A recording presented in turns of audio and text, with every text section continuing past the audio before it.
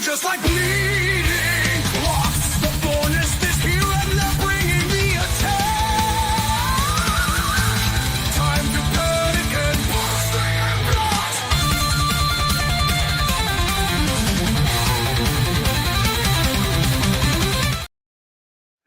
That's right, ladies and gentlemen, boys and girls, children of all ages, it is Brace for Impact, but today is the Unbreakable edition.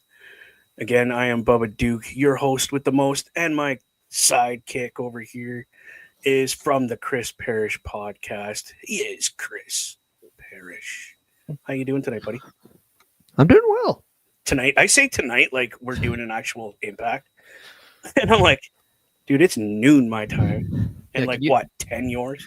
Could you imagine how many times wrestlers F up when they say that, when they're doing like double Right? tapings and they're like, it's supposed to be in like 3 weeks? Like, it just shows you how confusing it can be at times. And you should just lay off the person if like they make a mistake, but like how good their memories are when they remember the details. Like, how do you remember every town you're in without, the lack of sleep and no caffeine and like, really, right? Well, just like we remember the fact that on the Turnbuckle Affiliation Program, which is now known as turnbucklestudios.org, which, by the way, it's a thank you to everyone that said, hey, the old URL was really long and annoying, so we shortened it up because, well, let's face it, we don't like to say it just as much as you don't want to type it. So turnbucklestudios.org is now where you can go and find the home of the Turnbuckle Affiliation Program, where you can start to find your success as a podcaster, content creator, or possibly learn to collaborate with the people who are part of the Turnbuckle Affiliation Program. And we will show you a video later just to show you what's on tap on the Turnbuckle Affiliation Program. Thank you. I was going to get there, but dude, you're on how many cups of this have you had today, by the way? I don't drink coffee. I hate coffee. Yeah, energy drinks though, way too many of those. Way too many. I got 2 cans sitting over here. I got a coffee. I got this thermos is full of. I'm just But it's been one of those days. But we got to watch, and I know I apologize. We did not do a view party for the whole TNA wrestling event that happened yesterday. Things had come up. I was at work, whatever. You know what I mean? Things happen. We didn't know we can actually get it. And until like 10, 20 minutes before. And it was like, hey, look. Yeah, we found it. They're going to give you a loophole to watch it for free. And then. So, yeah, exactly. This is what I was going to say. It was very last minute. This is why you keep your eye on TNAwrestling.com, because literally I went on there just to see what was going on, how things were going for the Impact, and you found the loophole. Hey, if you sign up right now, you get not only a month free, but you get to watch the pay-per-views as well. This one and then the next one we think you get to watch as well. Yeah, Rebellions, which we might, if it works, we might cover that as well, but live with y'all. Yeah, like more of that view party. I actually like that party. Phrase. It's different. It's not like the watch alongside you. It's not it's a view party because we're all watching it individually, but together and enjoying pro wrestling together, like we get to do with the Raw Patrol and tonight with the SmackDown Security Detail, which you can find on the Turnbuckle Studios. Yes, we're going to shamelessly promote at about 8 p.m.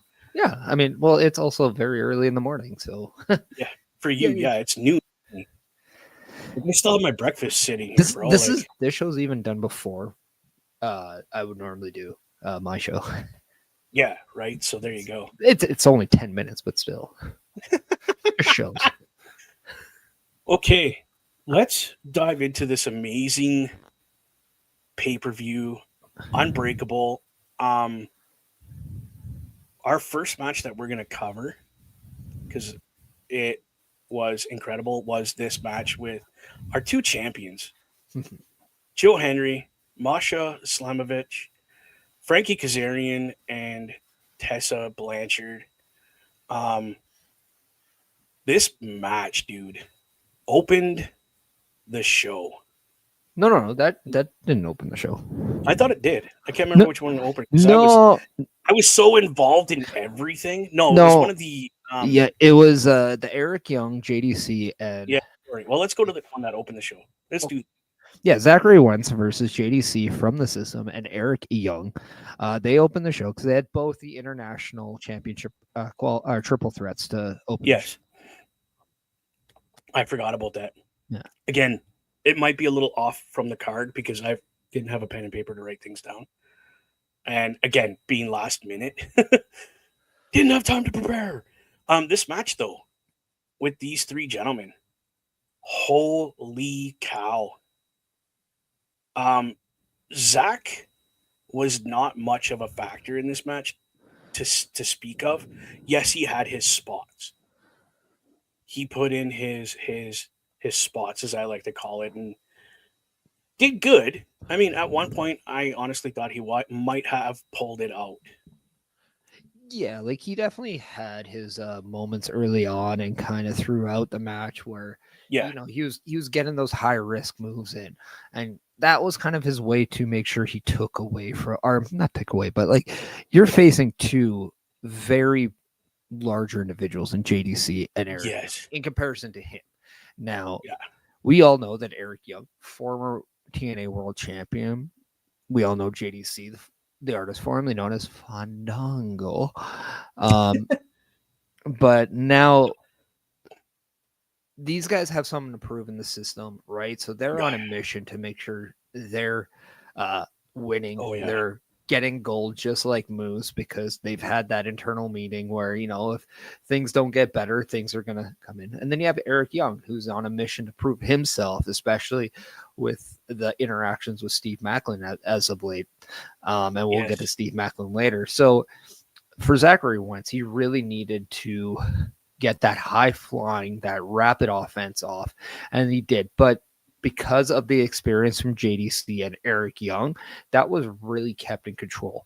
And that was unfortunately Zachary Wentz's downfall. And that doesn't work for him and his advantage, but at the same time, he did what he could to get there. Yes. He just was overmatched with the experience and the physicality and the power of his other two opponents. And the fact that because of that experience between those two gentlemen, they would just look at each other and be like, let's get this kid out of the way and deal with the big boys because we're really the two that matter in their eyes.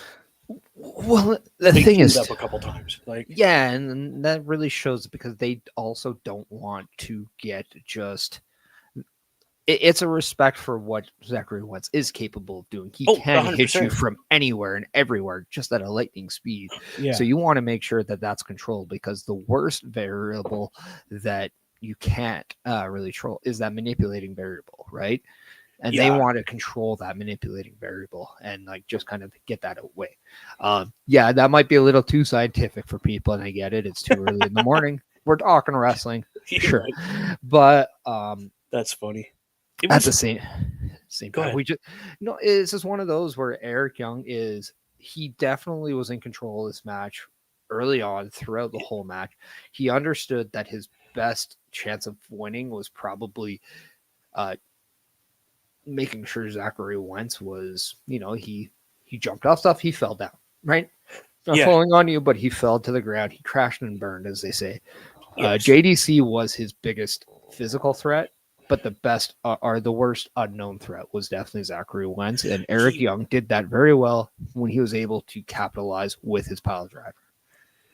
Wow. I was just gonna say, Eric Young definitely taking the win because of just capitalizing on the opportunity against Zachary. Like, just took that one opportunity that he got and capitalized big time to take the win. Um, Again, not one of these guys looked bad in this match. They all looked like they deserve to put the title around their waist, or at least to make it to the next step. Yeah. Again, Eric Young just took that one opportunity and capitalized big time to take that win.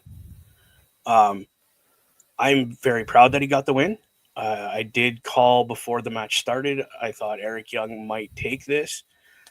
Again, like I said, throughout the match, though, these other two competitors, they make you really guess who's going to win. Like they don't. Oh yeah, okay, this guy's taking the win. I'm going to sleep through the match now. It was very well put together. Well, that's just the difference between the three, right? Eric Young Yeah, is that seasoned veteran, right? That he knows all the tricks in the playbook. So you really have to catch him off guard. And that's what Zachary Wentz represents. It's that ability to yeah, catch someone off guard because of his high flying, his creative offense.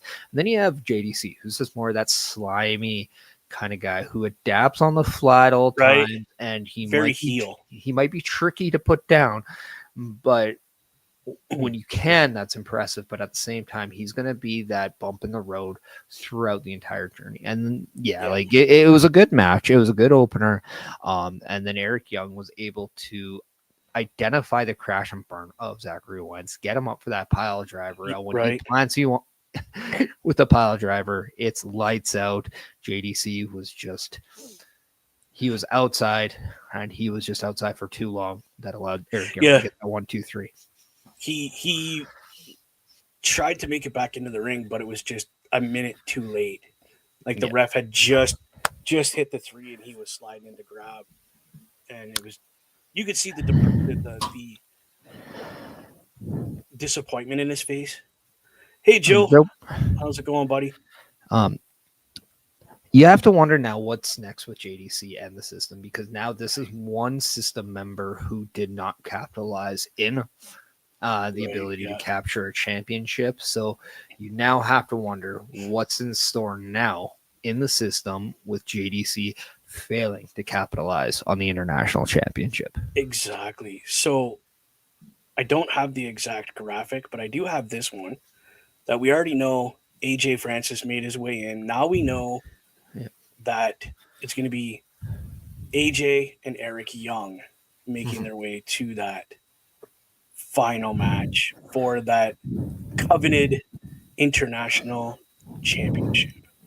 Yeah. And The then next, the next one, this is where the Eddie Ace Austin and Steve Macklin match came in. yes, And I actually enjoyed this match just a little bit more than the first one. I think I had a little bit more variety in the sense where Eddie Edwards brings that like very aggressive physicality and very yes, more in your face type offense. yep, Ace Austin is that combination of high flying, but he has a lot of size on him too. So he can not only fly with the best of you, but he can punch with the best of you too. yes, And that's what I really like about his game. And then you have Steve Macklin, who is just a brute force. He Oh, is the God. monster truck in this match. And yeah, not only does he have a monster truck, he has a V8 engine as well. He is a very Right. explosive individual. And that's why he is very dangerous. And I really liked the three here in this match. They really gave you every element, and they gave it to you at a very high level. So I Yeah. really enjoyed this match. I loved just the spots where there was one specifically outside where Eddie Edwards was outside. He was trying to get a hold of Ace Austin. Ace Austin was doing his handspring. Yes, And then as he was doing the handspring on the apron, that's when Steve Macklin ran through the ropes, speared him into Eddie Edwards. And I just thought that was very creative. And that's what you're going to get. You're going to showcase that, what everyone can do, right? You're showing that athleticism and that creative athleticism out of Ace Austin. Great. You have that. I'm running straight through you with Steve Macklin because that's what he can do. And then you have Eddie Edwards there, who really is that quarterback of that spot. But at the same time, that's kind of what he is, though, too. So It was, yeah. I can't argue with any of those points, to be honest. The match had the right pace for me. It had that where it would go really like intense fast, and then they would all, something would happen. They'd have a minute to gather themselves back up, and just the intensity of everything they did. It was done with meaning, not just to do. Like the one time Ace Austin spun to kick Eddie, he actually full on kicked Eddie. You could see his face contort, and he hits the mat. Like it was a hard hitting match. it was hard hit. Like there was not a punch was held back, not a kick was held back. I think I have the argument where I think I might have preferred this match to be the opening match, just because I thought it really set the pace a lot better. And that's what I want out of an opening match. Not that the first match didn't do that. I just thought this one was better at it. And I think that's, to me, like, I mean, obviously, like, you're playing 2K25 right now. You want to get that up and down. Yeah. That's just a video game. But at the same time, like, that's where I think this match really delivered on it, on just everything better. And because of that, that's why I'm saying maybe I want it to be the opener. But at the same time, I'm not going to complain about where a match was on the card, because at what I got at the end of the day was just the match on the card. And this match was very good. It was actually, for a while, my match of the night. Yes. We'll get to it later, because actually, you know what? From an in-ring perspective, this was my favorite in-ring wrestling match. Okay. But it wasn't my match of the night that I'm writing home about, just because we'll get to that later on. But that's I think your match of the night and my match of the night might be the same one. Yeah, I think it is. I think it is, because we both popped a lot. Mm-hmm. Again, this match for me, at this point in time, I was like, oh my God, how are they going to top this? Yeah. And then it was, it hit everything for me. Go ahead. Yeah, no, I was just saying, and Eddie Edwards was the victim to the pin here. Steve Macklin did pin Eddie Edwards to win this match. He did that with his spear, if I'm not mistaken. I think it was. Yeah. Or his that, not the spear, the finisher he has. His double arm spinning DDT. Yeah. He hit the spear and then that. I don't remember the name of the move. I can't remember the name neither. It's initials for something. But regardless, another member of the system not getting a win, is that something for a future story? Can we see the system blowing apart? Yeah. Like it's something. It's a KIA, by the way. It's the KIA. There you go, KIA. Thank you. Which is funny, because I'm like, Kia? No, I know it's initials, but I'm like, I can't remember. So it's the KIA. So he hit the spear, picked him up, hit the KIA, game over. And he not only hit that, but he hit it on Eddie Edwards, the head of the system. So, and kind of the one person who spearheaded the whole, we need to get everything back together. And then he also failed to capitalize on the international championship. So that's you really have to wonder now what's next with the system. And this is a very interesting situation here, because we will get to Moose later.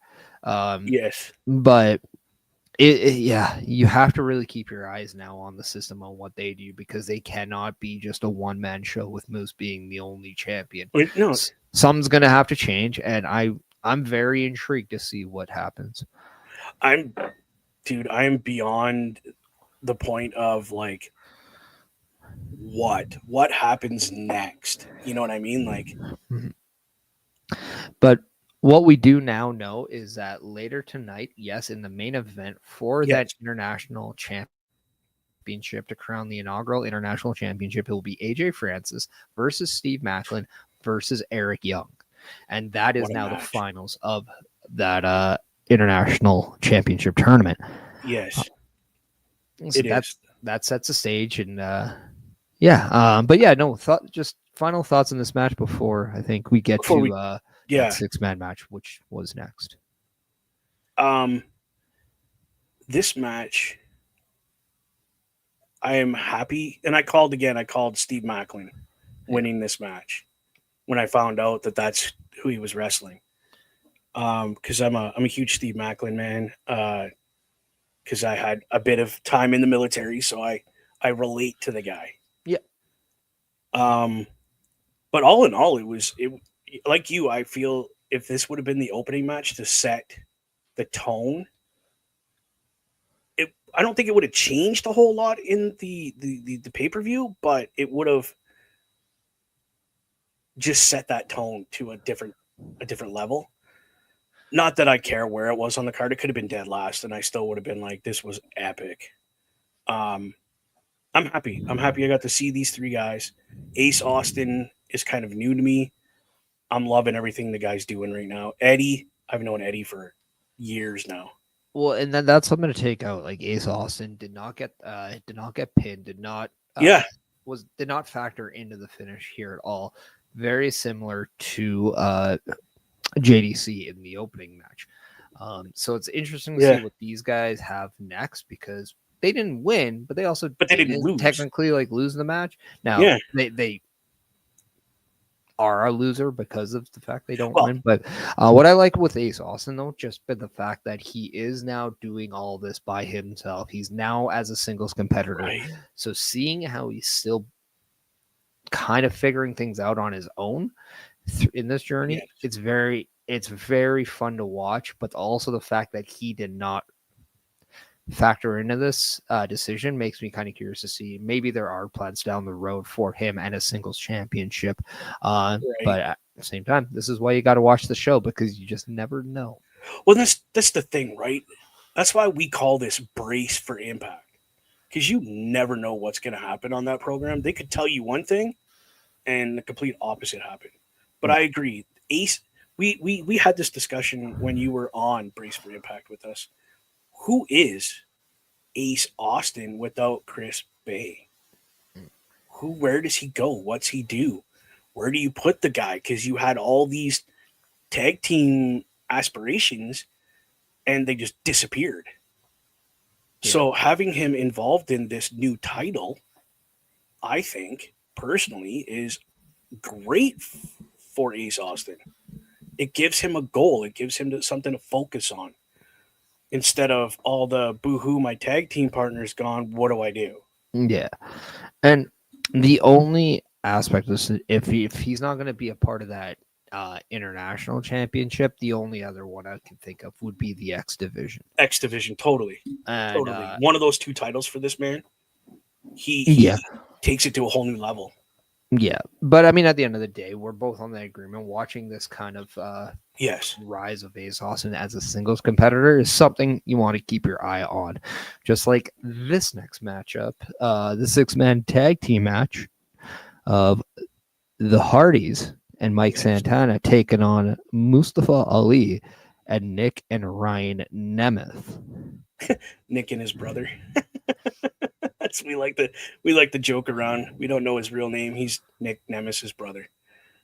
But how did this match? How did you feel about this match? Like just knowing this is what's coming. Well, I enjoyed this match. Like I didn't have an expectation out of this Okay, match because I was very back and forth. Okay, which way are they going to go? I know they're going to tell us right. the stories of and get us ready for the Hardys versus the Nemesis for next week or next week's at Rebellion. We know Yes, Santana and Ali have a thing going on. So okay, you're gonna mesh those two together. But how are we gonna identify and separate the two stories in this match? And they definitely did with They- Ali running to the back, and then you had Right. Santana chasing him. So you kind Yes. of had that cat and mouse in a way. And then you definitely saw uh, a lot of action with Matt Hardy jumping Nick right off the bell. You right. The bell had like it just went Yeah. one barely ding, and But Matt was on top of him. um, what I do want to say Okay. is you mentioned that we just call him Nick Nemeth's brother. I Yeah. thought Ryan Nemeth was a standout in this match. I thought he was Yes. very good. I thought he was almost, I don't know, I don't want to say your MVP, but he was No. definitely one of your top So stars in this match. He performed very well. He was in the right spots. He made everything look good. It was very much watching a young Nick Nemeth as a so Dolph Ziggler. yes, the way I equate Ryan in this match. Okay, coffee cup. You got your coffee. To me, Ryan was the cream and the sugar that made this match flow and taste beautiful. Okay, because like you said, he was in the right spots. He made things look good. This guy sold a move that I probably wouldn't have, and he sold it beautifully. Like he made the I can't even remember what move it was, but he made it look like $1 million move. And I'll be honest, I am not going to be calling him Nick Nemes's brother anymore. It's going to be Ryan. I'm putting respect on that young man's name now because of this match. He doesn't look like a clown in this match. He doesn't look like the my big brother. Like he doesn't look goofy. He looks like a real professional wrestler in this match, And which you is have to, what you needed. yeah, I was going to say, and that's what you Like, kind of have to wonder if that's what the intention was, because you're, I don't want to say he's in the shadow of his older brother, who is a former world champion in multiple promotions. multiple, yeah. Yeah. He is a former WWE world champion. He's a former NXT champion. He's a former TNA world champion. And then Money in the Bank. He's been Intercontinental, You're right. United Like States. the list He's is long. very decorated, right? So Yeah. there is a shadow being Yeah. Dolph Ziggler / Nick Nemes's brother. Yes, we know that. But how does he step out? Because right now, there wasn't a lot of positive in-ring things to kind of talk about him, because he doesn't have that Yeah. resume yet. So what I loved about him was that this was definitely a prove yourself performance, Yes. and because of that, I think adds a lot more why I care about the Nemes versus the Hardys, Yep. because he doesn't look like a weak link now. He looks like he is caught up to the crowd. And I think that really makes this match better from a perception standpoint, and something that you care more about. Here's my rebuttal to that. Did he really ever catch up, or was it the fact that everybody caught up to him? No, I think he Like, had to catch it. you know, I mean, you're talking about 3 former world champions in the ring, true and you're enough. the only one that's not there. So yeah, there is definitely a thing. Now, That you mindset. can make the argument that both Matt and Jeff Hardy are closer to the end of their careers than they were to the prime. I'm okay with you thinking that, because that's realistic. But they would too. Yeah. They would too. They're like, we're not young bucks anymore. Like, we get it, but and that's the thing. In comparison, Ryan Nemeth is that young guy, yeah. right? So, Okay. but at the same time, he's also bringing a flair in this match that a lot of people can't, based on that as well. So just Very true. understanding what you bring to the table and how you add that to what everyone else can do, I think that's very important. Now, again, you're challenged every single day now because how athletically gifted your older brother is and what he has done. Now, that's the comparison I want to see. This is the brother battle that needs to be a thing that makes everyone better. And because of that, they're going to bring an element to this tag feud. And I'm not going to lie, I want to see the Nemes defeat the Hardys and become the next tag team champions. Right. Okay, so let's do a quick little fallout from this match. Yeah. Because there is a lot that has happened as far as after the match, after the show. We had, let's start with Mike Santana and Ali. Yeah. After everything has been said and done, Mike Santana finds the authority in Santino Marella and says, "Listen, I'm done with this. I'm done with him running away. I'm done with him being a chicken. We all know as soon as that bell rings at Rebellion, he's gone. I want a falls count anywhere match." Yeah. That being said, before we get the final what was said, yes or no, how do you feel about that segment? Like, I want I, this match. I like it because the reason why we talked so long about Ryan Nemeth and is yeah, give him flowers. But this Oh match yeah, is very definitely. focused on the tag. And the reason is because again, it's a cat and mouse. Ali doesn't want to be in the ring with it, right? He's No, baiting Santana along. It's mind games. And this is just Santana being fed up.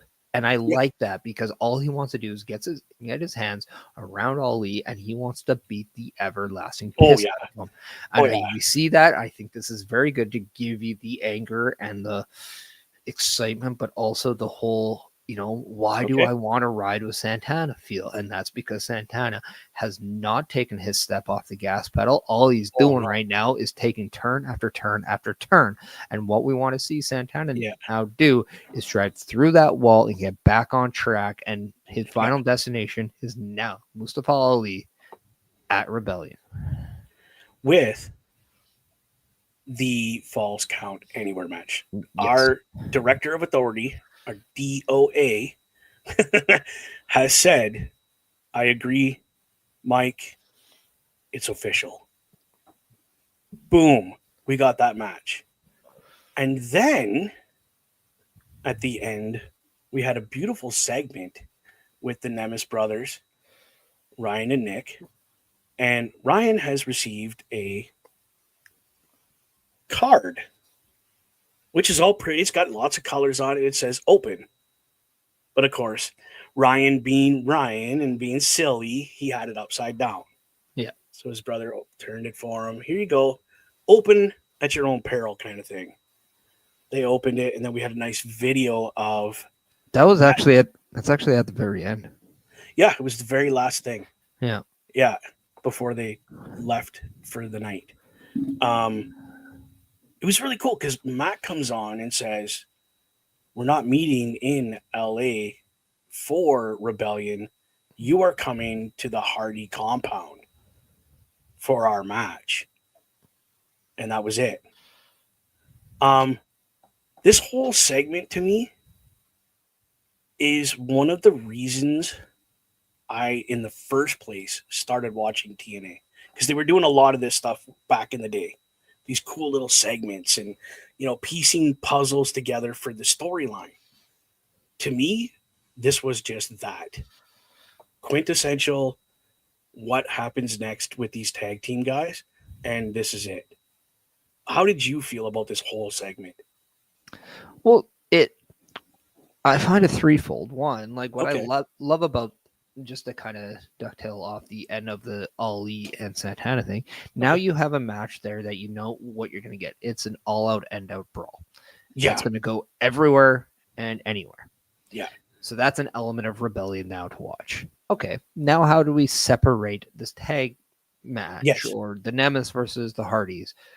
Well, what about bringing them to the Hardy compound? Now, all of a sudden, you have a different element of the show. You're getting completely different spice here. And that's the kind of thing about TNA that you always could appreciate is that it's a Right. spice rack. You're going to get a variety on your show and you're not going to get everything the same. And I think that's what allows TNA to be different. Oh It's separate, but it's what makes it stand out. And I yeah. think that's what allows guys like Matt Hardy with the whole broken universe to Right. allow that creativity to shine. And obviously TNA is where the leader Yeah. started, but Yeah. and I like this because now it takes and forces the Nemes to go out of their element and Away. into the Hardys. And I think that is the interesting thing. Now we get to see how both Nick and Ryan absorb what they know into the Hardy compound. Now we get Right. to see how they react and respond. We get to see how the silliness of Ryan now goes into the whole unknown. So I think this is going to allow you to get a little bit more intrigue with what they're doing. But I think now we're going to get a little bit more understanding of how the Nemesis react. And I don't think this is the end, but I do think this is a pivotal part in this feud. I think you are 100% on the ball with that. Now, here's my question, and I posted to you as Rick Nemes right now. Okay, just get your head in that space for a minute. How do you feel going into this kind of match? Very unknown, with three people that have such accolades on their name. Like when you are working on matches, are you one that is putting in a bunch of ideas, or are you sitting back and absorbing all their information and letting them set the matchup, knowing they're going to take care of you? I think you got to look at it from both ends, though, because yes, you want to add the Your most. little, You well, not just like your end, like that. That's one thing, but you yeah, also want to know how you can add to the match and not take away. Because that's okay, you also want to make sure you absorb from everything as well, because yeah, you're also in that position. But then you also have this mentality of I need to be the one that people talk about. I got the chip on my shoulder too. yes, So you got to roll all these emotions into one wow, and then be able to execute. And I think that at the okay, end of the day, execution for him is the most important thing he can do here. okay, Now, whether or not how he gets there or what he does, that's one thing. But you got to execute, because one slip and you've just wrecked any progress now that you have. Because true, perception wise, you do not look at Ryan Nemeth as the glue in this. You don't look at him no, as the strongest link in the chain. But what he can afford to do is show you why he's the weak. okay, So his number one priority is making sure that he executes. Now, if he can okay, execute in a way where you're talking about him, perfect. But if he executes in a way where you're talking about him negatively, yeah, that's not good. that's the issue, and that's what you want to try to avoid.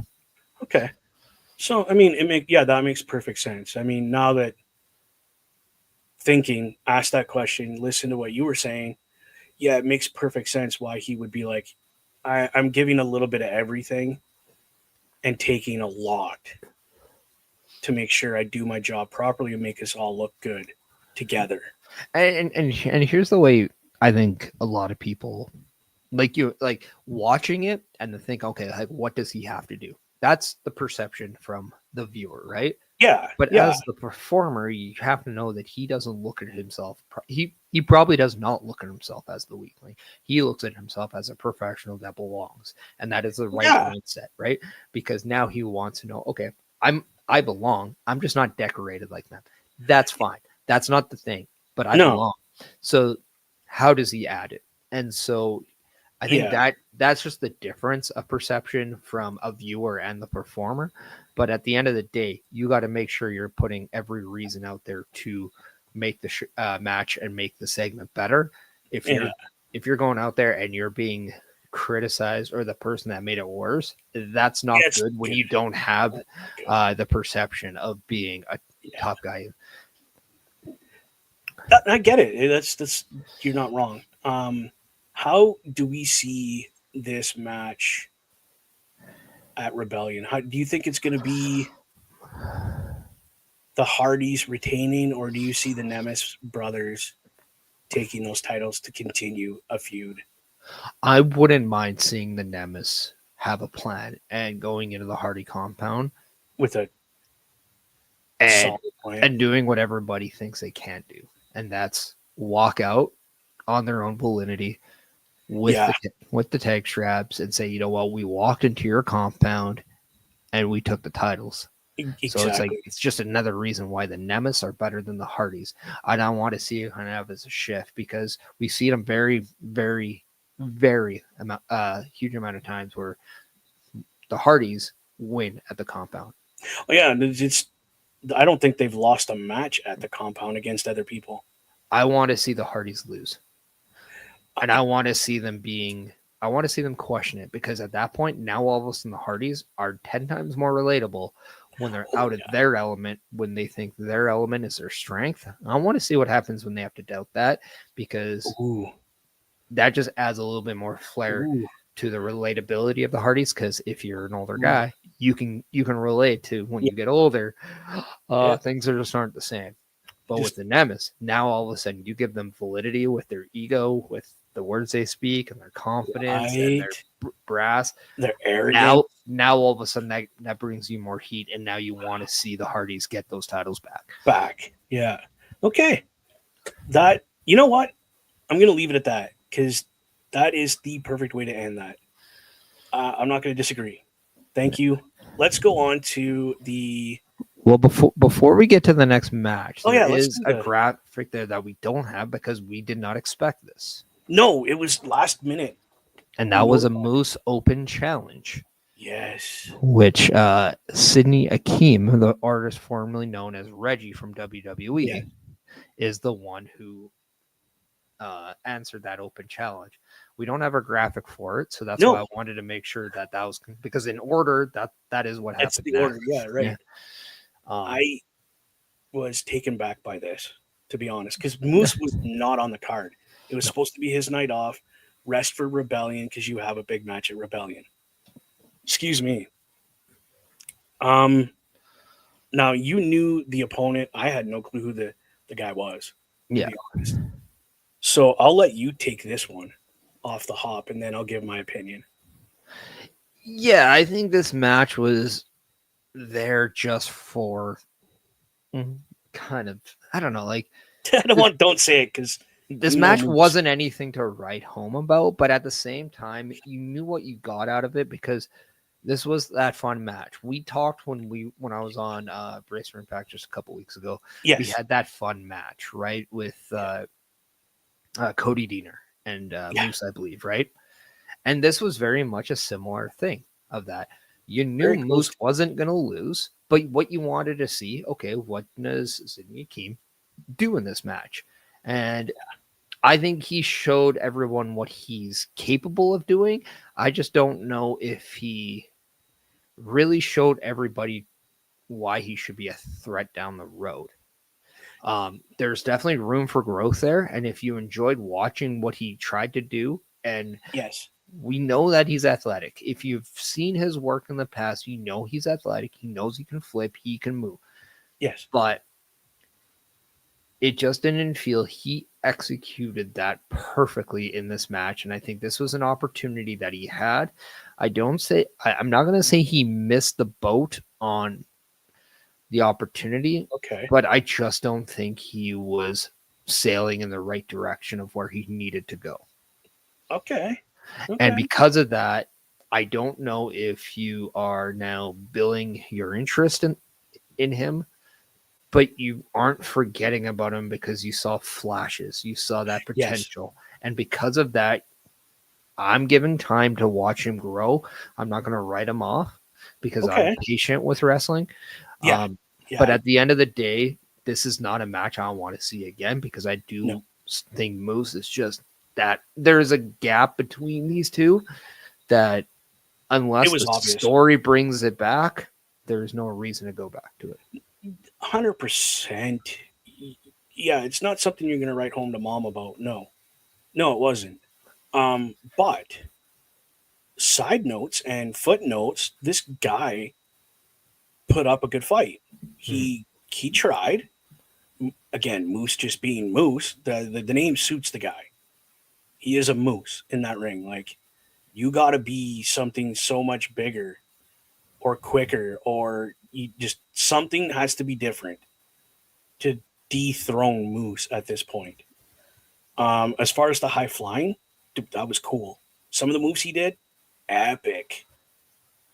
For a dude that is his size, because he's not a very big guy, but he's much like me. He's got a little winter store, you know. A couple of the moves were kind of scary. I thought he misstepped or just missed a little bit, like the one handspring somersault thing that he did to the outside on Moose. If Moose wasn't right there and paying attention, I think the guy would have ended up on his head and hurt. But Yeah, again, it's wrestling. I think it's safe to say that they just didn't flow the way we were hoping. That's the words. Yeah, the flow just wasn't proper. And there's a lot of stop and starts in this match. I think more than what there probably was expecting. And Probably. because of that, you kind of had to stop and start in your attention of watching it. And because of that, like if you're watching something and you can just keep your attention and it's either going up and down, that's great. But Oh when yeah. you have to stop and start and kind of be like, okay, what was that? Okay, now we're back. Oh, what was that? Now we're back. That doesn't really Yeah. that at the It's end of hard. the day, that like yeah, you're not gonna retain the match in a positive way like you would if it was done a different way. So The Hardy uh, match. yeah, and I think because of Yeah. that, that was very much a reason to kind of say, yeah, all right. Okay, another Moose match. I tried this flavor. It's not my favorite, so Yeah, we'll move I'm on. gonna pick that one Right. instead. And I think that's just how it is. And I'm not blaming the competitors for this one at all. No, sometimes things happen. It was just things happened. Did Moose look bad? No. Did the other guy look bad? Not really. No. Huh? It just, like you said, it just wasn't that flavor. I just didn't You know, want it. it's like when you're a little bit on the intoxicated side and you Right. want to make yourself something to eat and you're like, well, I got peanut butter, I got bread, but then I have pickles. Right? Let's try it. Okay, I don't like it. Yeah. No. Yeah. It's not Exactly. like pickles are the problem. It's not like peanut butter is a problem, but the combination together, just wasn't the right it just combination for the time. no. You guys put on a great match, a good match, but it just the combination of everything that was happening just wasn't for me. I know other people that are like, it's Moose. He can do nothing wrong because it's Moose. But I think this was a situation with an open challenge too. it just Like I had a who do you letdown put? because it's an open challenge. Yeah. And then you're getting someone. Your first thing was, oh, like you're asking, who is this guy? Yeah, I had no clue who he was. Yes, I'm aware of who he is based on what he did, but it's not like a name. Like to me, the name wasn't who I was expecting, and I'm like, hey, this would be a great time to see like somebody from NXT come That's what I down, thought. or like Honestly.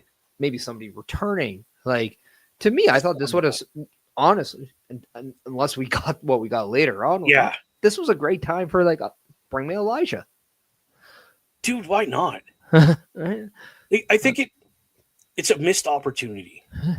TNA could have capitalized on this opportunity with Moose for, like you said, a returning whoever. Or somebody from NXT just going, you know what? It's an open challenge. I want to try to get this title. Why not? But like, and then you have to just I don't know. To me, I just thought the whole open challenge was a good concept. I just didn't think it executed very well in the sense of how it was delivered. Okay, so layman's terms, they dropped the ball. In my book. I'm not saying they dropped the ball. I'm saying they went for the shot, but they didn't hit it. Okay. So strike one. Try again next time. Um, It was Moose. Moose won, obviously. We all know that. and Moose is someone who I think has grown very much since becoming X Division champion. I actually like his X Division run a lot more than his world title run. 100%. Dude, I was just going to say, I remember Moose coming into TNA. I remember Moose winning his first heavyweight title. Didn't like it that much. I really didn't. And then I'm watching Moose now, and it's not even the same guy. Like, he's got so much more, like, knowledge in his brain now, and he's putting it to use, not just being like, oh, I don't care, I'm Moose, I'm just going to plow through people.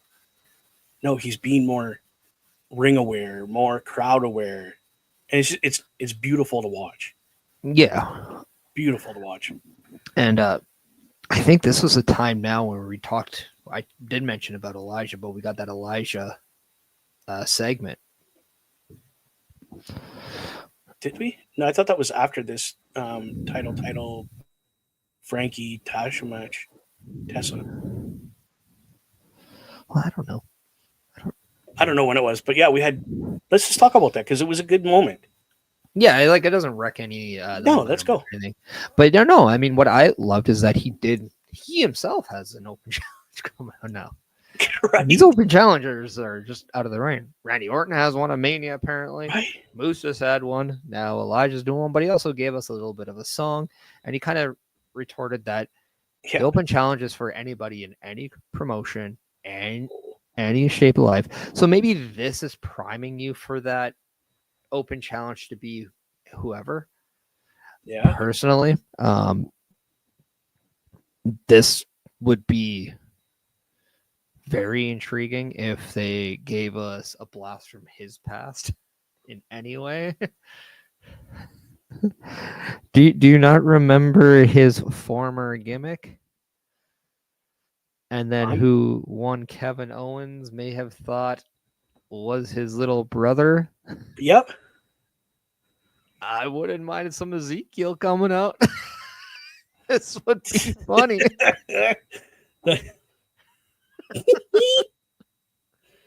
I am not.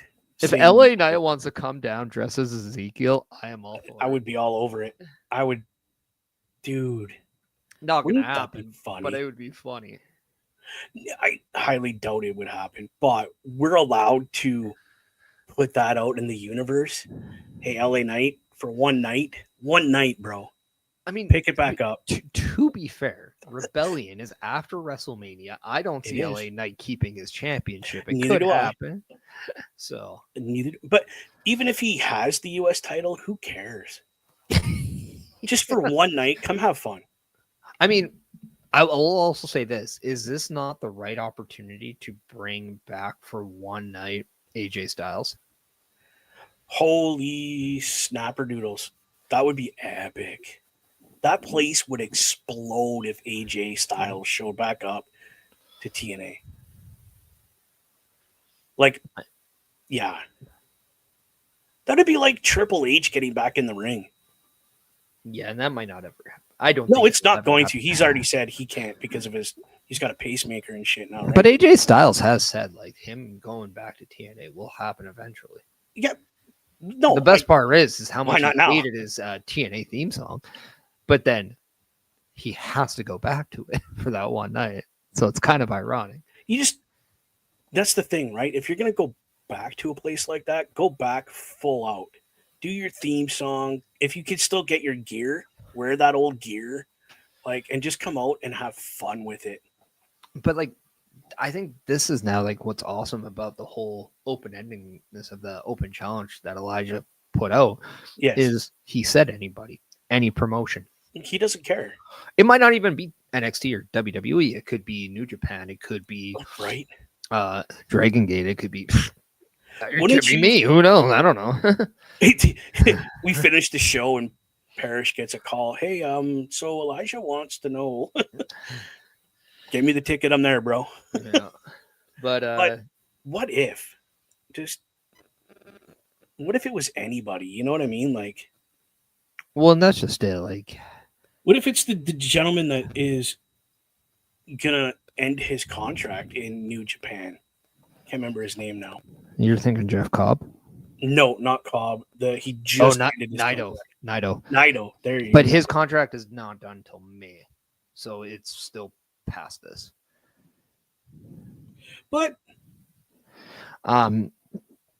it's an idea. Why not?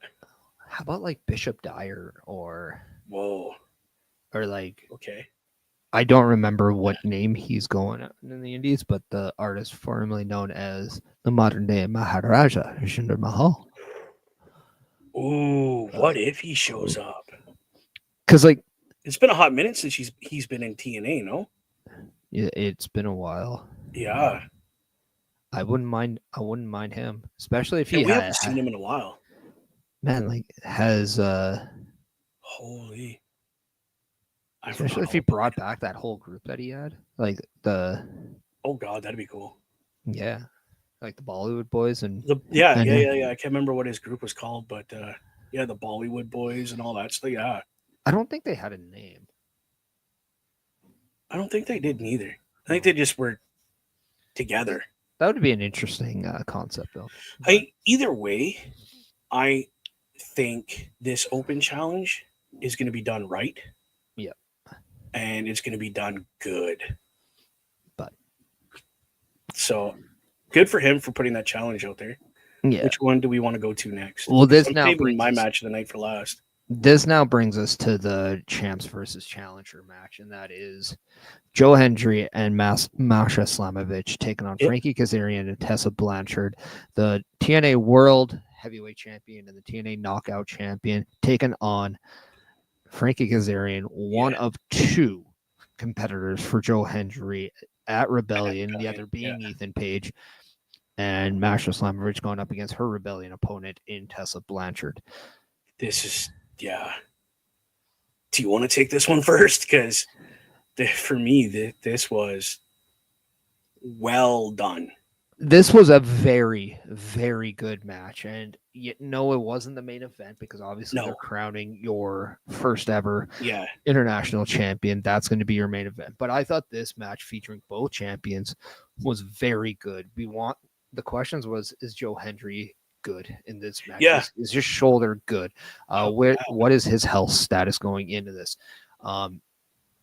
Did Frankie Kazarian do everything in his power to go after it? Absolutely. One of the funniest things is mid-match, he just got the ring announcer to remind everyone that he is the king of TNA.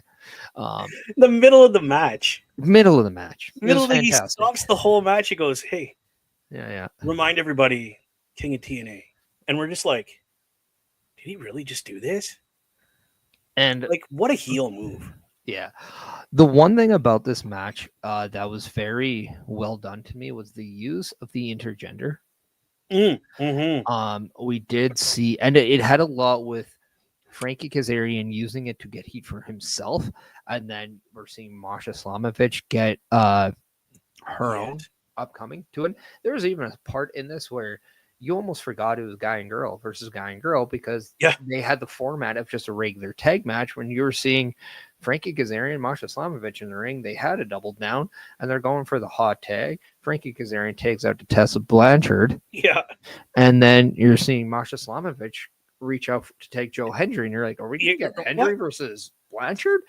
But then that didn't happen, and we got something else with Tessa and Masha. But I just thought, like, okay, this was different. But here's the thing, though. Did that upset you that that could have been a possibility where it was?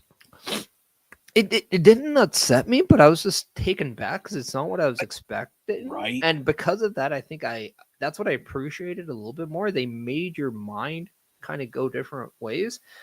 And they really kept it, and they respected the stories that they're saying. The only surprise this whole match had was the fact that Ethan Page was not a part of it in any way, because he does represent the other third of a triple threat match for that championship. And I'm like, okay, this was very intriguing to me, because I think I would have had him post-match. Somehow. Something. If anything. But no, it was straight up. This very much gave me vibes of the perfect main event to a house show vibe. Yes. In the best way possible, because it was entertaining. Joe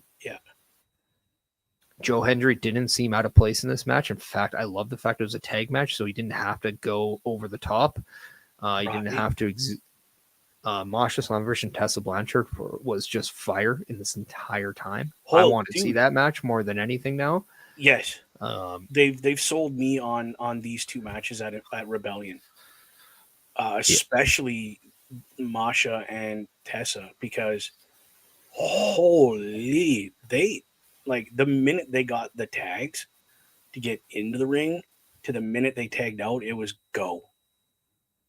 Like, they didn't stop.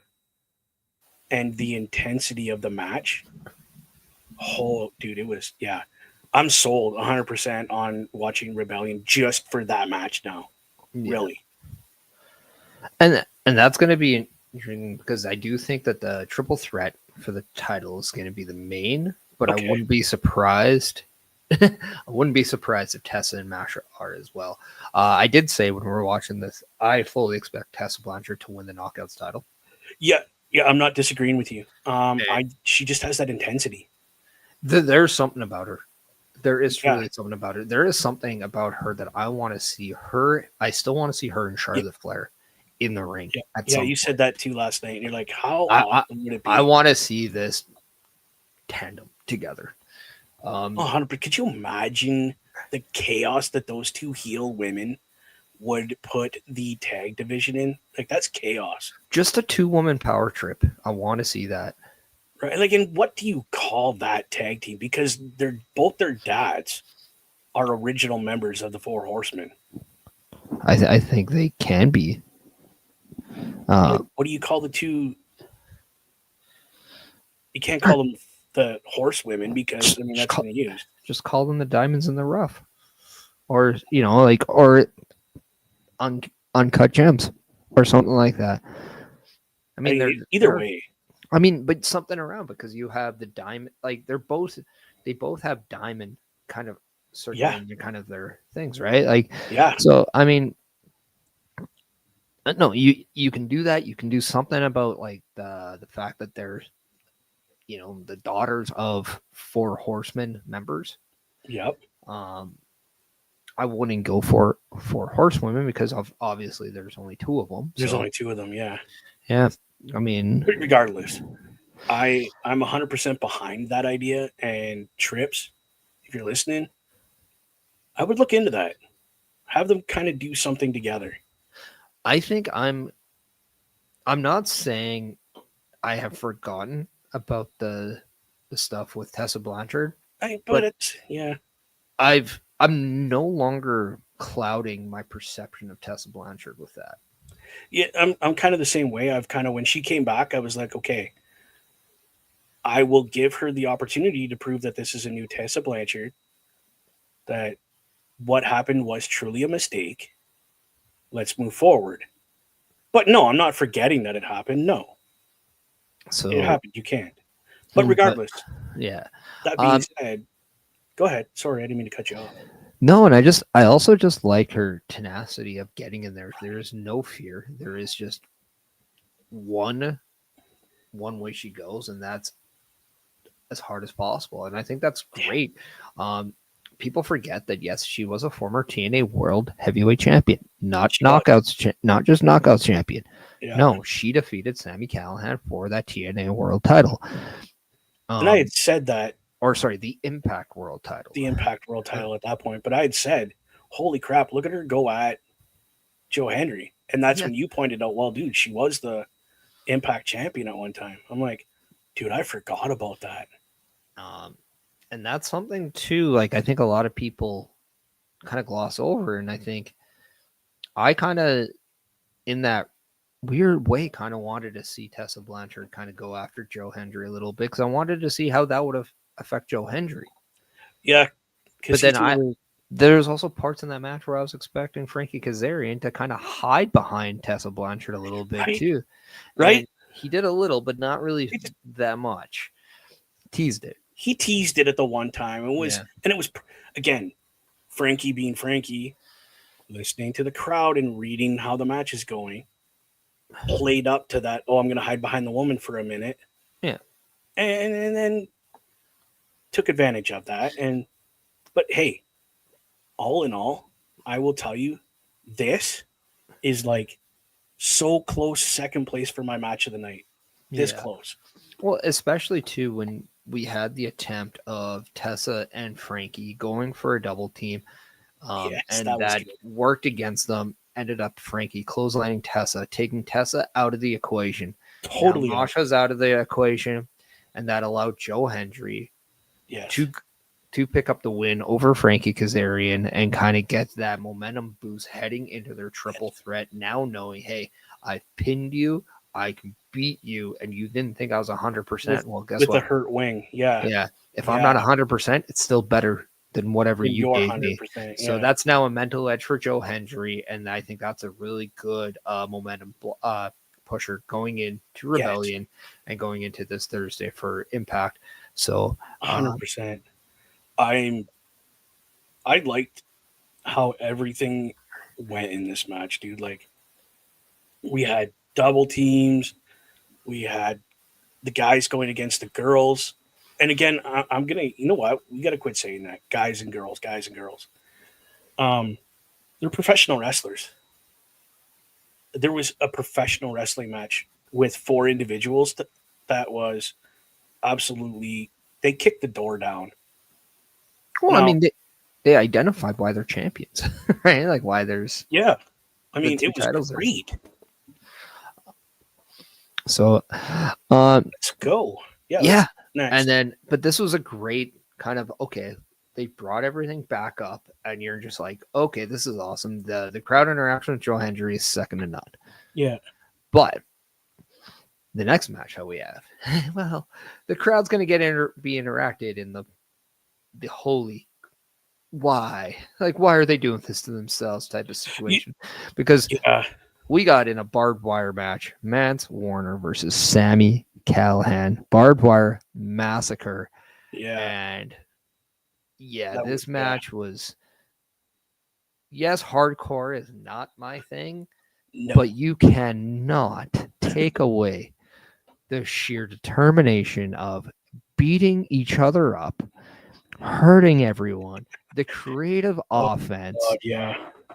the dedication of putting your body out there through pain, through yeah. force, everything, just unbelievable performance by both men. And it was just something you just, at the end of the day, you have to just clap your hands, respect both men for what they did. Oh, 100%. These two guys are definitely Good afternoon, Best. How are you? true performers. Let's put it that way. How's it going, my man? Thanks for coming by. Because within the first couple of minutes of this match, Mr. Warner's arm got absolutely ripped open. Yeah. Like, Gross. dude, they're and I don't want to use the same line as everybody else, but they left it in the ring. Yeah. Literally. There was so much blood.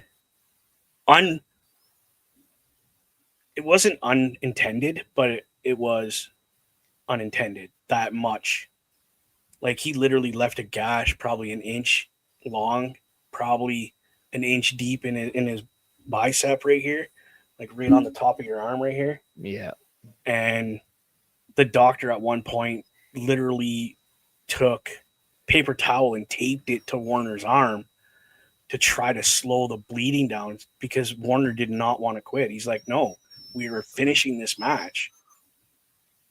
And Sammy Callahan was the same way. He's like, no, we got to finish this. This has got to be done. Like, talk about true professionalism. Because they could have quit. They could have just said, no, he's way too hurt. Like, the blood was pouring and squirting. It's professionalism, but it's also alpha males just not knowing when to say when too. It's a little bit of ignorance to the pain. But yeah. One of the spots that I just, I had to hurt. Yeah. Stapling Mance Warner's mouth to the door. His tongue. His tongue. It was his tongue. He did what? But how do we get the tongue off the door? Yeah. Well, Sammy Callahan took a chair and whacked the table down. It was breaking. The door. It was a piece of the door. Was it a piece of the door? I thought he took a chair and whacked the door down. It was the piece of door that he stapled his tongue to. Yeah. And then took a steel chair with barbed wire wrapped around it, smacked the door and ripped it out of it. I was like, that turned my stomach. And I've done a lot of stupid stuff in my wrestling career as far as this kind of match. I've never thought about taking somebody's tongue and literally pulling it out of their mouth and stapling that thing to a door. Despite the graphic nature that we saw in this match, is why I still use the word creative, because it was a little different and creatively different.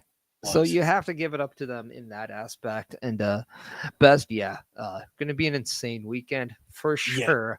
Just like starting barbed wire massacre. Absolutely. It was insane. Like they had the best part, I'm not going to lie, and I wish I would have thought of this. And you called it when they were all cut up, and he grabbed the lemon, Yeah.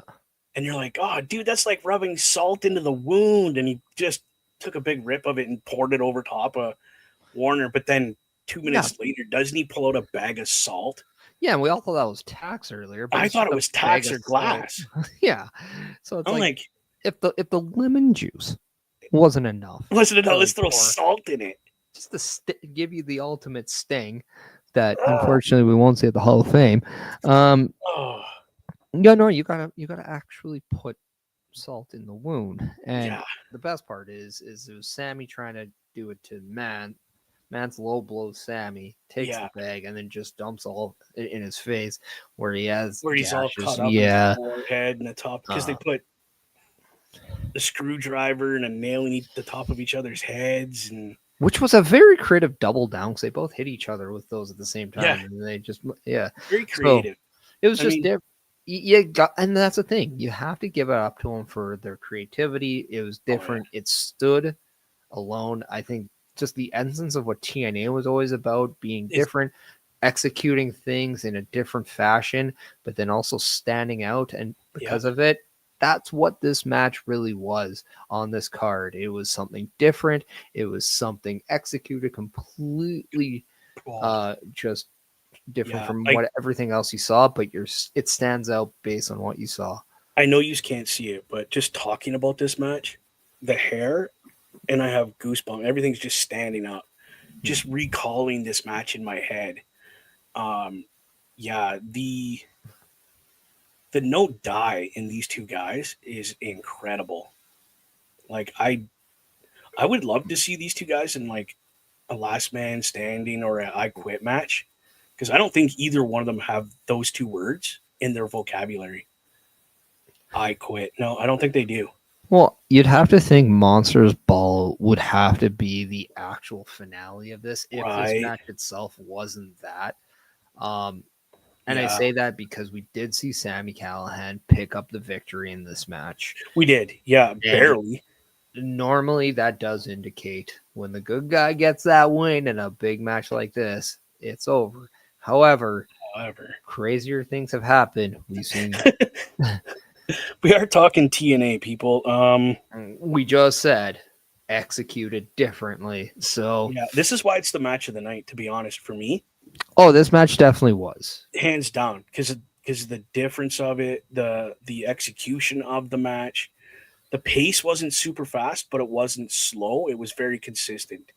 It was exactly what it needed to be, because you knew you're gonna get the, oh my god, are they doing it? Oh my god, they did oh my god, and they did it, yeah. And then it gave you time to kind of let that kind of sink in and get ready and prepare for the next. Oh my god, they're not doing that. Okay, they did that. Yeah. That's what makes it the match of the night, people. Is it had this, the highs and the lows, and the just, oh my god. And I think too, like, it's just everything was good. I think too, just the compete from both men, just the dedication to what they were doing, and then just the 100%. all out performance. You got to just respect both men out of this. Just could not. I don't think I expected anything other than just two men doing everything they can to hurt each other. But then I ended up getting something that really, it was a beautiful disaster. That's the only way you can put that, is that it's a beautiful disaster. It's like a car wreck. You just can't look away, but you want to. You're like this.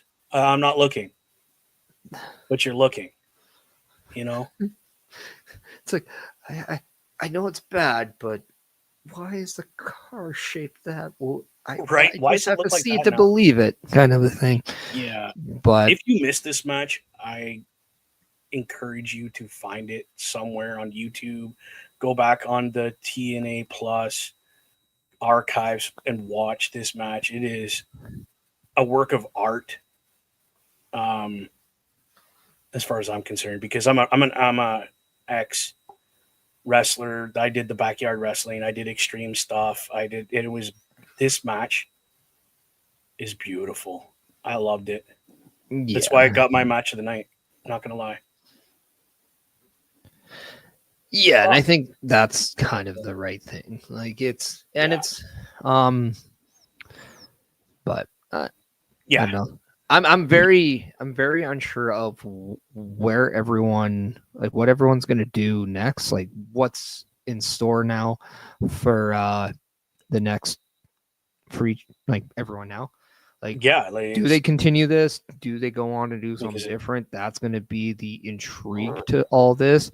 So I don't know. it wasn't a defined "this is the end" kind of thing, but it could be the end of that rivalry. But Yeah. I don't personally I don't see it. I think we need one more huge like send the guy to the hospital for a while kind of match. Right. And But that's okay. What do we have next? what we do have is What do you our think? main event actually. Which I don't have the full graphic for. I just have Um this one, but add in Steve Macklin and um, Eric Young, and this is our final round. The winner yeah, takes the international championship. Um, Now let's remember, AJ Francis has not wrestled a match tonight. actually Is it that was this one, I believe. this one? Yes, I didn't Yay. see that. That was my fault. That's no, I just downloaded it. Oh, okay, okay. So there we go. Yeah, Let's. I tried. This is the one you're looking for. Yeah. um. I So didn't let's try that hard. remember, AJ Francis has been doing nothing all night. He's been watching, observing the final two matches that Eric Young and Steve were in. He's Now he fresh. knows. Okay, let's get in the mindset before the end of the night. When I got to go out there, I'm facing Eric Young, Steve Macklin. On a note, these two guys are friends. These two guys have tagged together. So be aware they may work together. So he's Yeah, coming into this match very prepared. yeah, and Let's be honest. we did get a segment earlier in the show that I intentionally wanted to wait before we got in this match where it was after the two triple threat matches. Yep. Eric Young and Steve Macklin did have a backstage segment where they did say, "Hey, we are friends. We have a mutual respect, but this is for the international championship. May the best man Yep. win." And there was that, and I really liked kind of that because it set the stage. We then found out later that at Rebellion, whoever wins the championship Yes. will face the man who is not involved in the pin or submission. So Win the title, yes. whoever is pinned out of this match will not be a part of that singles match at Rebellion. So that's going to be Yeah. a very intriguing note. And I remember saying, well, this has Eric Young and Steve Macklin written all over it. All over it. Like However- a dirty shirt. However, TNA does have a tendency of messing that up by doing Yeah. something.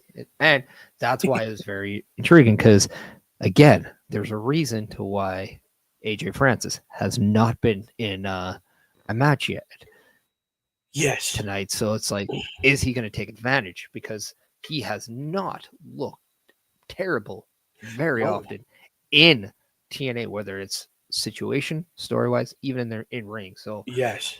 I couldn't rule that out. But when we got this match, it was a very intriguing match where we saw AJ Francis actually be more of a dominant player Oh, in this yeah. match. Yeah, dude. And he even systematically took both men out individually and Yeah. isolated, whether it's Macklin or Young, at opportunities and at Yes. times to do that. And I thought that was very well. I thought he was very good in this match. And I was kind of wondering, okay, is AJ Francis gonna mess up my thought of that Yeah, match? dude, it was this close. Like I thought your prediction of either Eric Young taking the win or Steve Macklin taking the win was this close. It was this close at one time to being completely just wrong. And to be honest, I would have thrown that in your face because normally you're pretty dead on your predictions. Yeah. But it was close. He dominated a couple of spots in this match that AJ might take the win on this. Yeah, and multiple times we saw Eric Young go for that pile driver, didn't really Yep. hit it. But yeah, the reason why, like I was saying, he took both Macklin and Young Yeah. separate individual opportunities there. That that was the reason why we saw at a point Steve Macklin, Eric Young decide to team up, go after AJ Francis. They knew that that was the right move for them to eliminate the big threat that was Yeah. AJ Francis. Yeah. And we saw that. And that was able now to bring that guy down a little bit. Because the one thing AJ Francis does have is a very limited tank. Okay. And Yep. he is not necessarily met by doing long matches. When he hits and hits and hits, he does kind of wear down a bit, right? That energy level. It's like playing a video game where you can't always hit the turbo all the time because eventually it won't move. Yeah, you're not going anywhere. And that's kind of what Eric Young and Steve Macklin were aware of, is that eventually AJ Francis does wear down. Yeah, and they pushed him to Yeah. get him to wear down. And it did take both these guys to wear AJ Francis down. So to me, AJ Francis definitely stepped up, looked very good in this match. And even though he did take the pin, he doesn't look bad to me. No. AJ definitely looks good in this match. Um, in the end, our champion was crowned. Yes. And let's kind of, before you throw up that graphic. Okay, yeah, go ahead. We saw AJ Francis take out Eric Young, and he was on the outside. Yes. But then we saw Steve Macklin get there. He got that spear in. He then got his knee in. He got all these attacks in. He ended up picking up that win over AJ Francis. But the one thing we do want to say is that there was a very good visual here of Steve Macklin pinning AJ Francis with Eric Young on the outside watching this. And it looked like he at one point could have came in. He could have. And broke up the pin. I'm not too sure if that was on design or if that was just an unfortunate thing that just ended up being there. We don't know yet. I'm very curious to see if there's more to that, but it felt like there was a part of that story. I feel the same thing, because at the end of the interview, he kind of went, yeah, let the best man win. Okay. Remember that face, right? What I saw was Eric Young kind of sticking his head up a little bit above the ring, seeing that Macklin was going to get the pin. He kind of come up a little bit and very slowly, with this smile on his face, like doing this slow motion, reaching for the rope to get in. So it looks like he's trying to break it up, but he's really not. That's what I saw. Again, I could be reading into things, which, being a super fan and an ex-wrestler myself, it happens. You want to read into that stuff, but you are right, Steve Macklin, and I do have a little picture here that I found for everybody. This is our man, Steve Macklin, right here, with his title, and a very nice title. It is. It's not over the top, like, wow, it's very TNA-esque, so to speak, if that makes sense. Yeah. And so congratulations, because you know what, Steve Macklin, not only did you serve your country, now you are serving the TNA fans and roster as our international champion. And it looks good on him. That title looks good. It does. And I think that's something to kind of take note now. Like, yes, Steve Macklin, your first ever international championship for TNA, then the inaugural, as the statisticians want to say. But also what we saw was Steve Macklin and Eric Young in a match now at Rebellion for that international championship. His first opponent has been unveiled because of that rule of whoever's not in that the pin which was Yeah. Eric Young, will take on the champion, which is now Steve Macklin. So that is now an official match for Rebellion.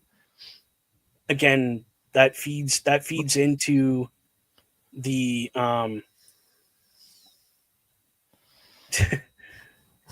is that designed by Eric Young? Is that why he just had this part of his face over top of the ring to make sure that it was Steve Macklin getting the pin and not taking the pin? You know what I mean? Like, Yeah. and that little grin that he had in the slow-mo grab for the rope and oh, I didn't make it in kind of thing, you know? Yeah. Like, is this part of Eric Young's master plan to get Steve Macklin to join him again? Like, there's so many things that could happen right here. Yeah. And You know what I mean? Like, it's just the possibilities are endless. We could speculate all day. well, and that's just it. Like, we can go any which way we want to here. Right. But what we do know for sure is that Rebellion singles match now between Steve Macklin, between Eric Young, and that's going to be for that international championship. How they get there now, what they do, Between how, now and then.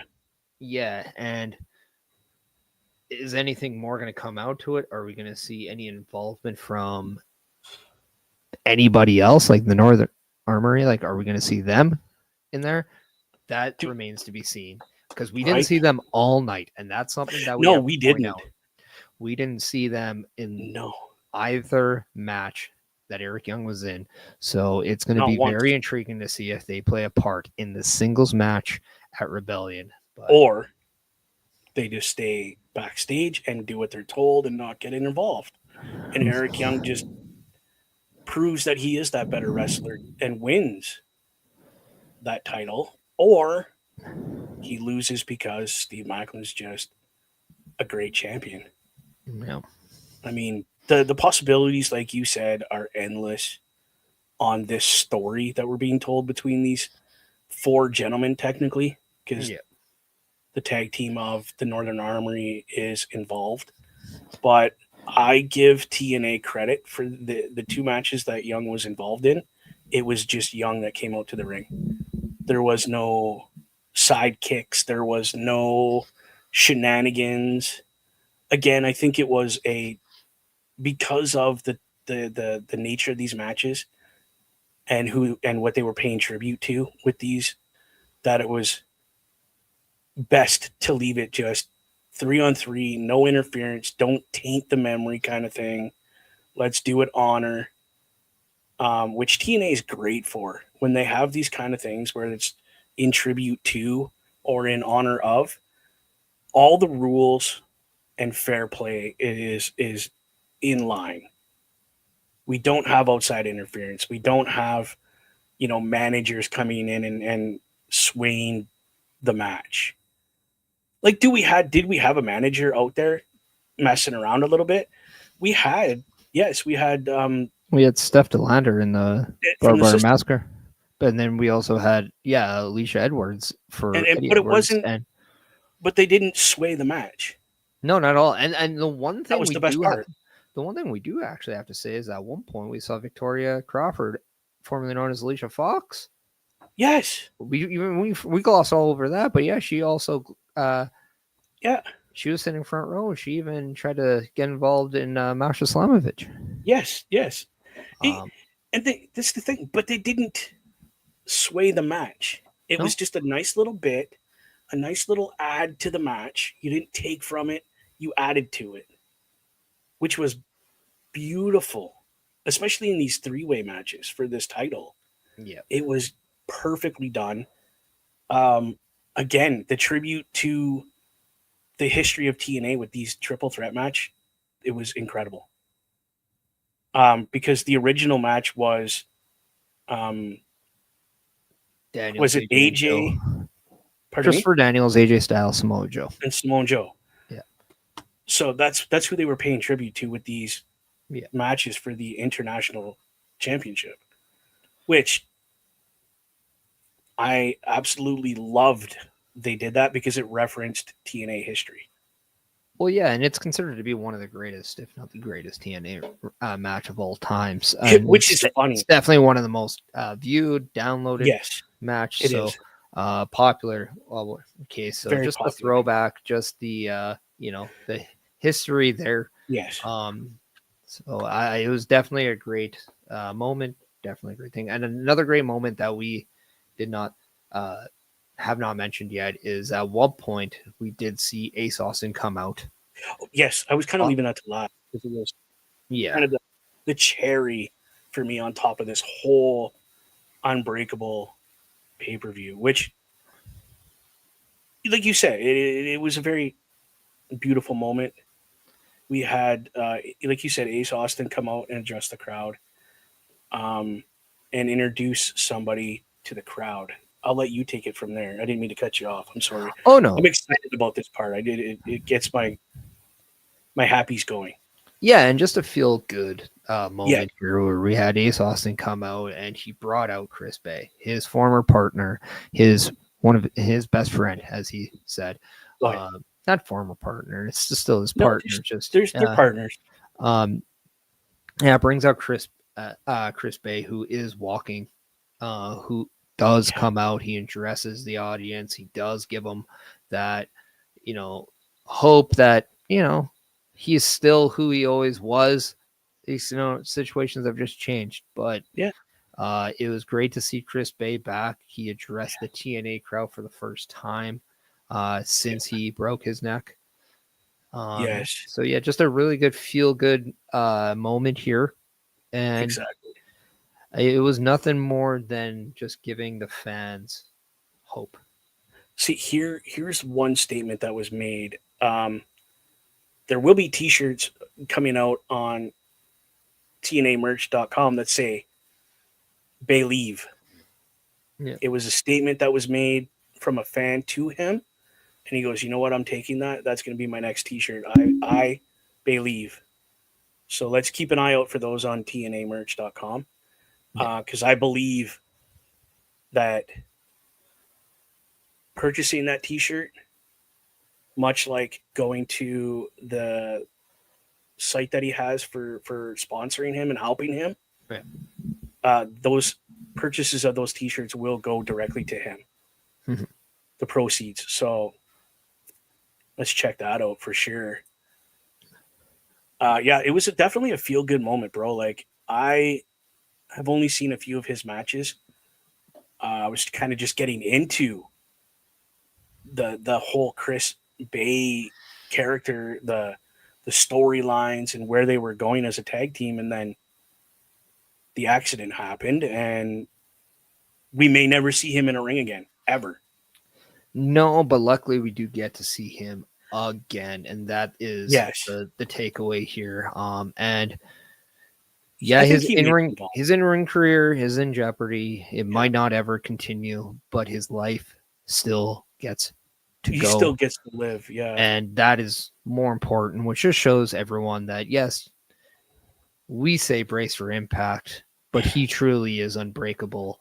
Chris Truly. Bay is still with us and still a symbol of hope for everyone that something negative that happens to you isn't the end. So if there's something to learn from Chris Bay and what he's able to do, it's that sometimes believing in yourself, sometimes putting in the work does pay off and does change your life. So Does.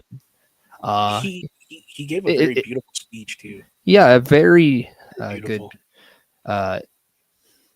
It's a very motivating segment that we saw, and we want to make sure that everyone is also motivated to support one another, including us over at Turnbuckle Studios. Not to segue or to leech Go off ahead, dude. that, because that's Do your not thing. right. But at the same time, we are nearing that end of the show. That was Unbreakable, but we also want to let everybody know that we have more content coming up, and way more. One content that we do have is tonight, the SmackDown Security Detail at 8 p.m. Eastern Time over on the Turnbuckle Studios platforms. But that's not all. So here's a little video to let everybody know what's going on. Turnbuckle Studios and the Turnbuckle Affiliation Program bring you the week of streams. All times are in Eastern Time. Monday nights you get the Locker Room Breakdown at 7 p.m., followed by the Raw Patrol at 8 p.m. Tuesday brings you the flagship show, Turnbuckle Talk, at 8:05 p.m. Wednesday we play games with the PlayStation Showcase at 8 p.m. Thursday we got total non-stop action with Brace for Impact at 8 p.m. Friday we game again with Unleashed, the Jessica Wilde story at 7 p.m. Following the game, join us for the SmackDown Security Detail at 8 p.m. The weekend brings you Saturday Night Gaming at 8 p.m. On Sunday be sure to catch the Chris Parrish podcast at 12:15 p.m. followed by the Boar's Nest at 8 p.m. Be part of the shows and join the chat every day. That's what we have typically on every week here going in, but we all know that this is WrestleMania week. There are a lot of different things going on, just like tomorrow, Turnbuckle Studios will be giving you the PLE Patrol with Night 1, Night 2 of WrestleMania. And at this end of the show, this is the time where we hand out our socials. We do all that stuff. Yeah, right. So I'm just going to keep the pedal to the metal. You go, brother. Like my good friend Kazler once said, put the pedal to the metal and I'm going. Never get hit. But you can... Yeah, you didn't think I knew that, huh? I didn't think you knew that one. Yeah. So you can follow me on my link tree at Chris Parrish. You can also check me live at WrestleMania at Beercade YEG, located at 105 482nd Ave in Edmonton, Alberta, where you can go and check them out on the Instagram, on the Facebook, and on the X. And you can support them with everything they're doing as well. Where you're going to find me next is tomorrow. No, I will not be a part of tonight's SmackDown Security Detail because it's also Easter weekend. So family duties do happen. But you can see me next tomorrow on my platforms, those 5 platforms of doom: the Facebook, the YouTube, the X, the Instagram, and the Twitch, at about 1 p.m. Eastern Time, as I do a stand and deliver watch along. So come and support that. And then you'll see me next on Sunday, 12:15 p.m. with the Chris Parrish podcast titled Time to Catch Our Breath. That's Right. because we need to remember to breathe this weekend. There's a lot of wrestling to consume. Tons. So that is what I have. Bubba Duke, how about you? Yeah, man. I'm doing the YouTube, so it's Bubba OMD there. Twitchland, which a lot of you are watching right now. Boar's Nest with Bubba Duke. Now listen, Bubba Duke is gonna be crazy in your face all weekend. I got the security detail tonight. Got WrestleMania Saturday, Sunday. So that means the Boar's Nest on Sunday. We're not doing a Boar's Nest. It's going to be WrestleMania Night 2. We're going to be loud and proud and in your face, rocking it that night. Check us out. Again, it'll be on the Boar's Nest with Bubba Duke for sure on Twitch. My entire weekend is going to be there. My YouTube is not going to be running this weekend. I am doing some maintenance on it, but we're going to be running everything on Twitch. So let's watch that. I don't know. I'm going to be watching the NXT for sure, Mr. Parrish. So I'm looking forward to what's going on there. I'm hoping that our new international champion makes an appearance over on NXT to kind of give an open challenge maybe, or hey, look, there's a new champion in town. Don't forget, I'm here, kind of thing. Yeah, going to be an interesting show. See how it simply goes. because it is kind of like the WrestleMania for NXT. We didn't really see any NXT representation We didn't at Unbreakable, so I'm questioned whether or not if we're going to get any at all. At Send to Deliver. Who knows? Anything can happen. That's why you got to watch the show, people. You're talking maintenance, though. I believe there's a place that does some custom maintenance. Do you want to tell them more about that? About my great sponsor, Nathan Reed, over there at True North Custom. Check him out on Facebook, True North Custom 23. This guy sells aftermarket parts for things with and things without wheels. Great selection. He has everything. And if he doesn't have it listed and you message him, hey, look, this is what I'm looking for, he most likely will find it for you. So give him a call. Check him out on Facebook. And when you order these parts, you do need somewhere to put them on for you. Well, guess what? Right next door, in the same building even, my buddy Corey over there at Professional Auto Services, give him a call. Check out his Facebook and set yourself up an appointment. And he will gladly do that. Again, let them know that the guys at the Boar's Nest, Bubba Duke, sent you. True North Customs, his promo code that I could give you is TNC? True North Custom. Yeah, TNC for True North Custom. Sorry, my brain went out the window. Just let Corey know that Bubba Duke here from the Boar's Nest sent you, and he will work you a discount. I think right now for us, he's doing tax-free. So you don't pay taxes on your repair, your anything. Just let them know that the guys at the Boar's Nest sent you. Thanks, guys, for being sponsors. I love you so much. It's very appreciated. The next thing I want to let you people know about is mental health is a big issue in the world today. We've all gone through it at some point, whether you realize you have or not. Do me a favor. There is a nationwide, which is North America wide, actually. It's Canada and the US. It's 988. You just pick up your phone, dial 988, send. It's a hotline. They will help you with all your mental health. And if you're not in the region where you can use the 988, there is an email or a webpage down there, suicide hotline. Same thing. They'll help you with all your issues, get you help in your region, because mental health matters. You are not alone. We are here with you. Thanks, guys, for listening. Definitely check that stuff out. Mr. Parrish, do you have any last words to say before we head out? I just want to let everybody know that this weekend is going to be tough. It's going to be long. It's going to be grueling. So be safe, be hydrated, have fun, be respectful for everyone, and just enjoy yourself. Whether or not you want to watch NXT, WrestleMania, something else, just have fun. Yep. And let's enjoy the weekend. All right, y'all. Thank you so much for watching. Parrish, thank you for coming in. You know what, guys? I love yous. We'll see you later tonight. Peace.